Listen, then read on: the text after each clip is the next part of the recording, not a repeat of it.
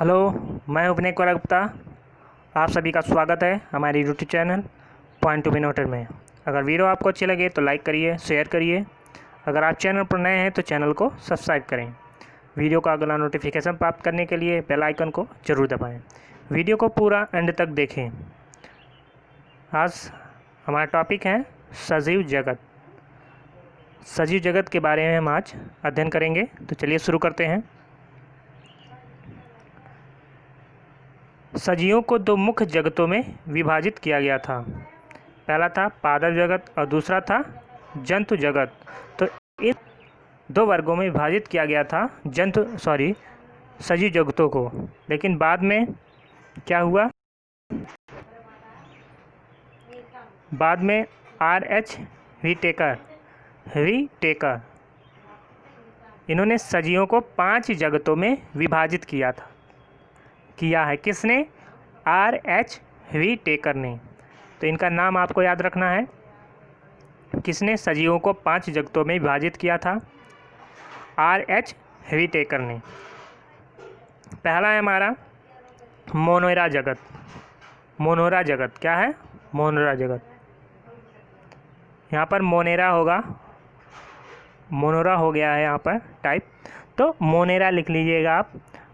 इनमें जीवाणुओं का अध्ययन किया जाता है। इसका जीवाणुओं का, बैक्टीरिया का अध्ययन किया जाता है मोनेरा जगत में। दूसरा है प्रोटिस्टा जगत। इसमें अमीबा, पैरामीशियम जैसे सजीवों का अध्ययन किया जाता है। ये प्रोटोजोआ के अंतर्गत आते हैं। तो प्रोटोजो जैसे जीवों का अध्ययन किया जाता है प्रोटिस्टा जगत में। अगर कवक जगत की बात करें, तीसरा जगत है कवक जगत। इसमें मशरूम, फफूंद जैसे सजीवों का अध्ययन किया जाता है। पादप जगत, इसको फ्लोरा बोलते हैं। इसमें पौधों के विषय में अध्ययन किया जाता है।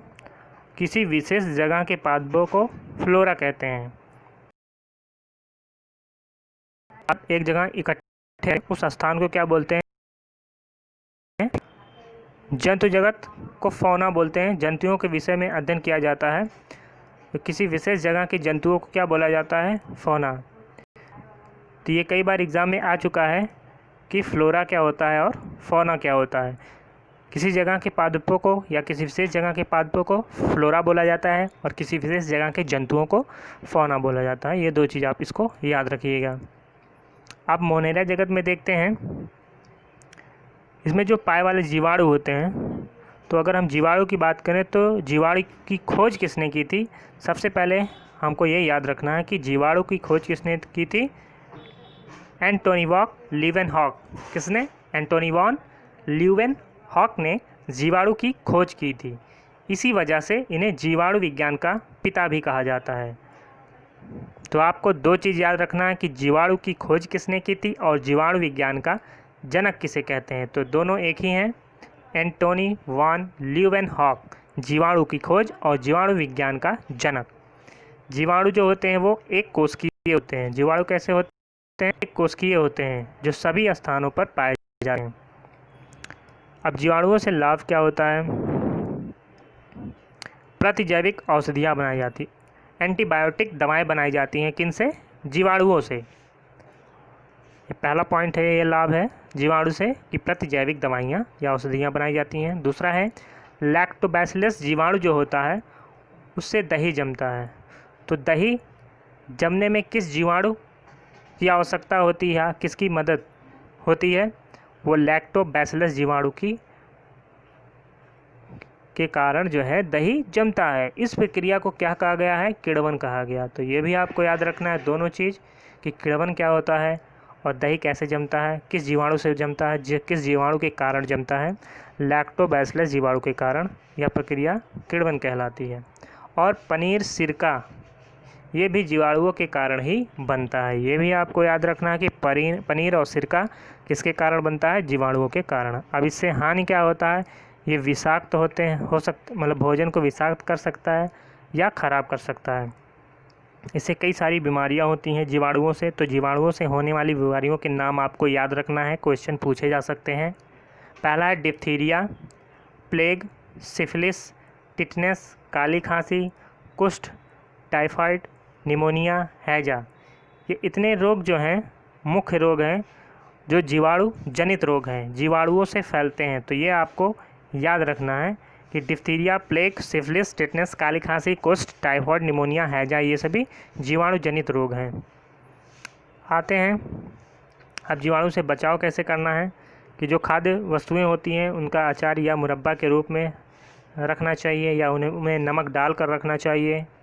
और दूसरा तरीका है कोल्ड स्टोरेज में रखना, मतलब फ्रिज में रखना। भोजन अगर हमारा बचा हुआ है तो उसको हम कैसे बचा सकते हैं जीवाणुओं से, उसको फ्रिज में रख कर। और चीज़ों को गर्म करके, जैसे दूध होता है, दूध को गर्म करके उसको संरक्षित किया जाता है। अगला है प्रोटिस्टा जगत। प्रोटिस्टा जगत, इस जगत के जीव मुख्य रूप से जल में पाए जाते हैं। कहाँ पाए जाते हैं प्रोटिस्टा जगत के जीव? वो जल में पाए जाते हैं। ये स्वापोषी भी हो सकते हैं और विषमपोषी दोनों हो सकते हैं। तो प्रोटिस्टा जगत के जीव कैसे हो सकते हैं? स्वापोषी और विषमपोषी। जैसे प्रोटोजोआ होते हैं। प्रोटोजोआ के अंतर्गत अमीबा, पैरामीशियम, यूग्लिना भी आते हैं। ये प्रोटोजोआ के अंतर्गत ही आते हैं। ये प्रोटिस्टा जगत के जीव हैं।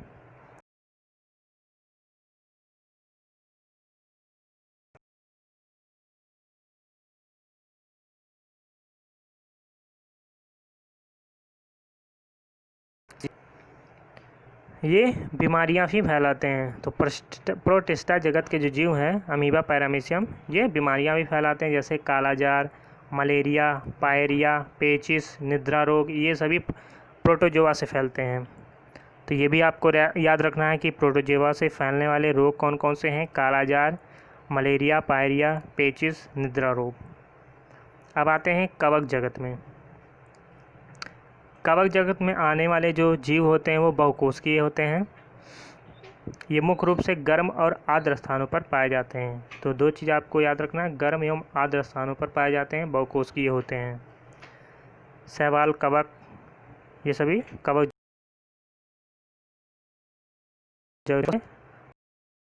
प्रतिजैविक बनता है। प्रतिजैविक औषधियाँ बनती हैं कवक से। कुछ कवक भोजन के रूप में प्रयोग किए जाते हैं, जैसे मशरूम कवक के अंतर्गत आते हैं। ये भोजन के रूप में प्रयोग होते हैं, सभी को पता है। खमीर, ईस्ट एक कवक है। इसका उपयोग कहाँ किया जाता है? बेकरी उद्योग में। बेकरी उद्योग मतलब जो बेकरी के सामान होते हैं, जैसे बिस्किट हुआ या दूध से बनने वाले जो प्रोडक्ट होते हैं, वो बेकरी उद्योग में आते हैं। केक, बिस्किट, ये सब जो बनते हैं, इसमें ईस्ट का प्रयोग होता है। अब कवकों से हानि क्या होता है? कवक चीज़ों को ख़राब कर देते हैं।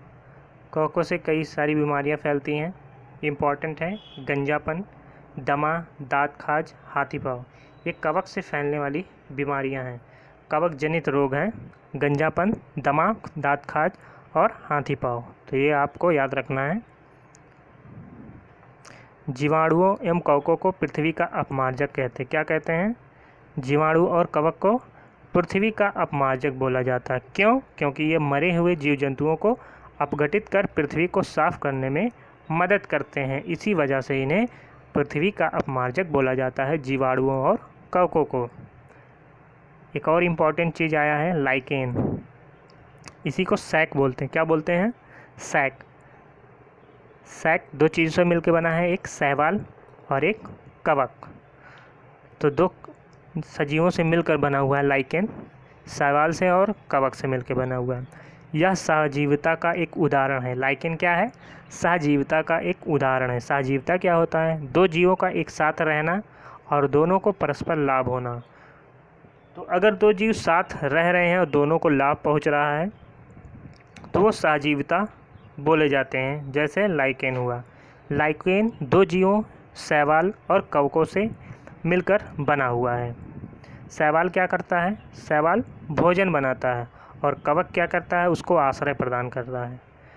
तो इस वजह से लाइकेन एक प्रकार का सहजीविता को प्रदर्शित करता है और उसका उदाहरण भी है लाइकेन। ये क्वेश्चन पूछे जा चुके हैं। लाइकेन वायु प्रदूषण का एक प्राकृतिक सूचक है। लाइकेन क्या है? वायु प्रदूषण का एक प्राकृतिक सूचक है अब कैसे सूचक है जानते हैं।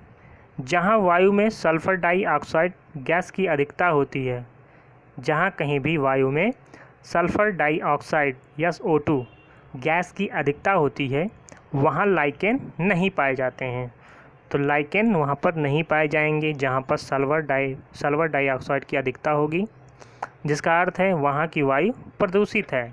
तो जहाँ की वायु प्रदूषित होती है वहाँ पर लाइकेन नहीं पाए जाते हैं। इस प्रकार सूचक होते हैं लाइकेन।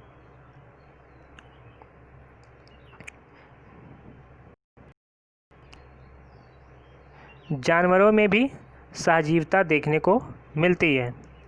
जैसे बगुला हुआ, बगुला भैंस की पीठ पर बैठकर उसके शरीर पर मौजूद कीटों को खाता है।